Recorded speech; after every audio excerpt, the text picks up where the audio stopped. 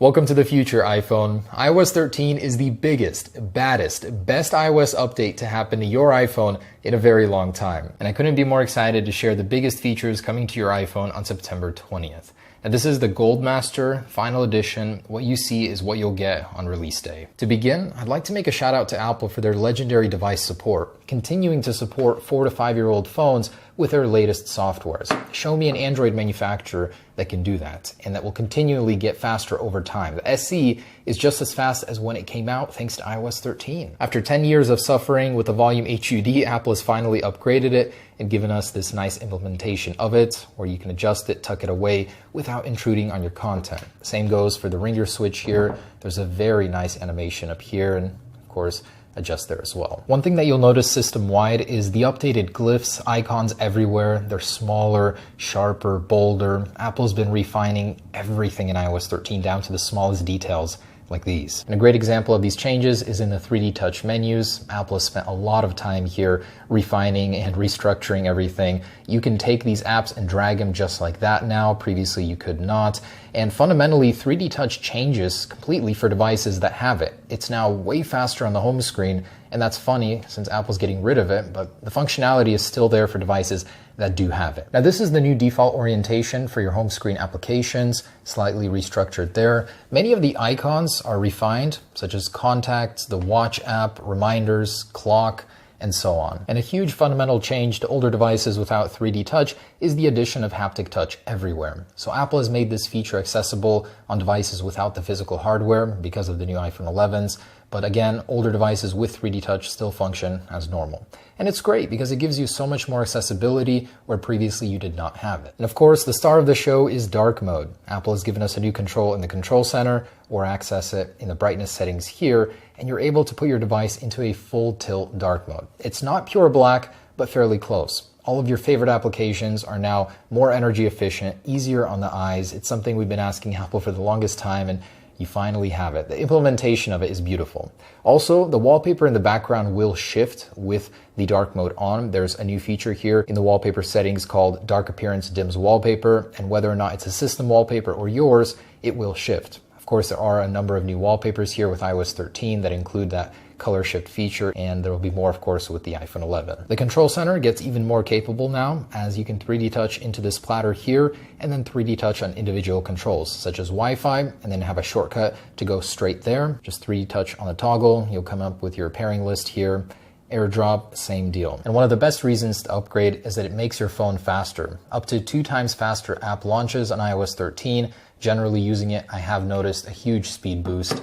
And apps get lighter. The storage required for applications shrinks by 50% after updating iOS 13, so you'll get more storage back. There's also a great feature with your battery health in mind called optimized battery charging, where it extends the life of your battery by leaving the last 20% to charge up until you wake up. So it learns your schedule and helps your battery last longer. And Apple claims Face ID may get up to 30% faster after updating. I can corroborate this. And QuickType has been added to the native iOS keyboard. It's seriously great, allows you to type faster using Google's implementation. And the way you edit text has fundamentally changed in iOS. Of course, the trackpad control is still there, but if you want to take that cursor, just select it and move it anywhere you want. No more magnifier. Also, there are some new edit controls. So 3 fingers back is undo, 3 fingers forward is redo. If you want to copy a word, go ahead and pinch it, copied, and then outwards is a paste. And if you want to cut, it's 1 pinch followed by another. It's a little finicky, takes some getting used to, but once you get these controls right, it really makes your text editing experience so much better. And there's also the menu with a 3-finger tap where you can get to all of those controls without needing to use the gestures. In iOS 13, there's a completely revamped share sheet. It looks great, more modern. You can adjust all of the actions here, bring some up to your favorites, and group them. Also, the AirDrop interface gets a completely new look here. Safari receives a new start page with your favorites, frequently visited, and suggestions all in one area. Also, Safari now has a download manager. So if you go to any file, in particular, one of the coolest things is you can download videos directly from in Safari. So download the video, doesn't work on all. But now up here, as you can see, there's a download manager. And these are directly linked with the new Files app, which has been completely overhauled. When you'd like to see your file, click on the search icon, go here, and you can begin to view it. So very cool. The Files application has been revamped with this new feature. Take two fingers and drag, select icons that way. Also, you can create folders in Files. It's very versatile. You know, Apple has finally taken the Files application and made it more of an actual file browser. You can go to your Drive, you can go to files on your iPhone, even third-party sources. It's great. And in general, in iOS 13, there's new scrolling behavior. You can actually take the scrubber and scroll this way instead of having to go and manually scroll the entire way down. In Safari, you can now take full-page screenshots. In the interface menu, go to full page, and you can crop it where you like. Very useful, finally. For devices that support portrait mode, in the camera app, there's a new effect called High Key Light Mono, and this is the type of picture you can expect to take with it. Essentially erases the background around a group of subjects in black and white. And the Photos app has received a complete revamp, one of my favorite features. In the Photos tab, you'll find this new view here where you can zoom in and out of individual days, weeks, and go into months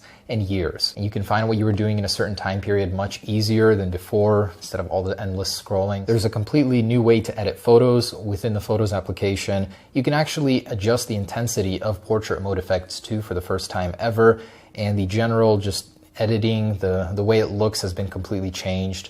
More control, very cool. There's markup in here as well with the slightly new interface, made it a little bit cleaner, more skeuomorphic. And now you can edit video with much greater control within the stock Photos app. You can skew, you can apply filters, lots of control that you simply did not have before. The Maps application has received a complete overhaul. It's now more detailed than iOS 12. Apple has rebuilt it from the ground up. In the actual controls, you have favorites here, much easier to keep track of things here, and you can build collections that you can share with people.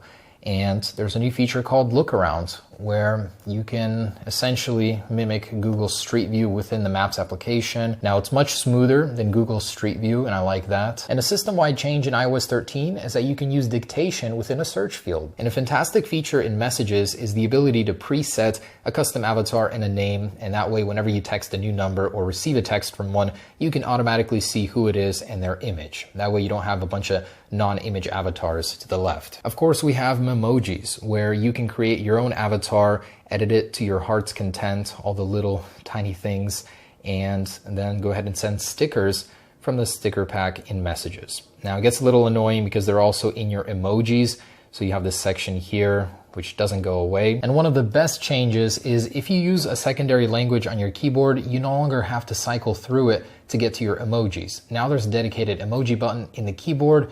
You can go straight to it. In Messages, someone at Apple listened and fixed one of the most infuriating things is the broken search. Now search is so much more reliable, and you get an actual list here to go back.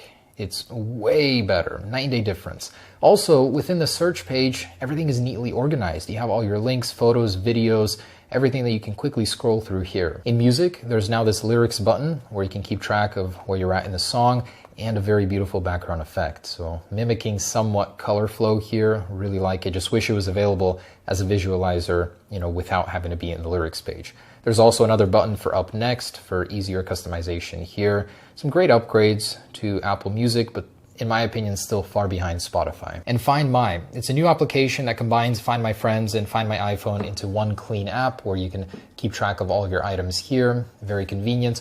Also, offline finding. So if someone steals your iPhone, puts it into airplane mode, and Bluetooth is still on, or just in general, then any iPhone surrounding that beacons off of that can let you know where your iPhone is. It's encrypted end-to-end. And font control. Within settings, there's an area for fonts where you can download fonts from the App Store and change them within third-party apps. iOS 13 does support controllers, so your PS4 or Xbox controller can be paired with your iPhone or iPad and use it to play games. That also goes for mouses as well. Within accessibility, Apple allows you to use cursors, as they call it, within the new accessibility settings. By the way, these have been brought out on the first page, so it's its own tab now. Apple's really getting serious about accessibility. And in the touch settings, assistive touch, you can connect a mouse here in devices and then control your iPhone using a cursor. Also applies to iPad. And the Notes app has been overhauled and now features a new look where you can have a gallery view and folder control where you can put folders in folders, more versatility there, automatic sorting. So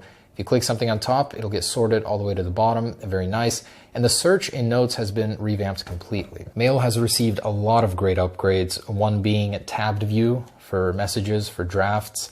You can switch between them very easily. new icons here and new controls for quick swipes. Same goes for the Reminders app. It's been completely remade. Now features a much cleaner interface, a quick toolbar up here, and the Home app now supports security cameras with end-to-end encryption. There are some new wallpapers, and generally the performance is better. App Store is a bit different now. Your updates are nestled within your avatar. You pull down here to go ahead and see those.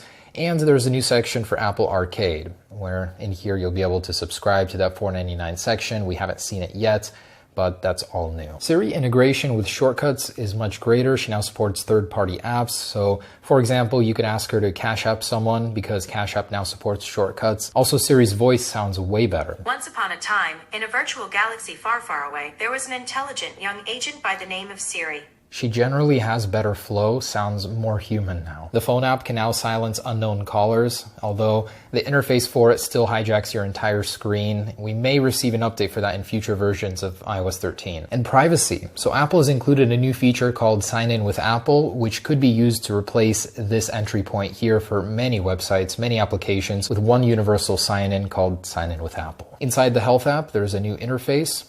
Apple has revamped this slightly. There's new tracking also, such as cycle tracking, amongst others. iOS 13 also supports ARKit 3, meaning it gets more advanced. You can hide objects behind people, and general tracking and realism is much improved. And the updates to CarPlay, one of my favorite things in iOS 13, just how much cleaner the interface is.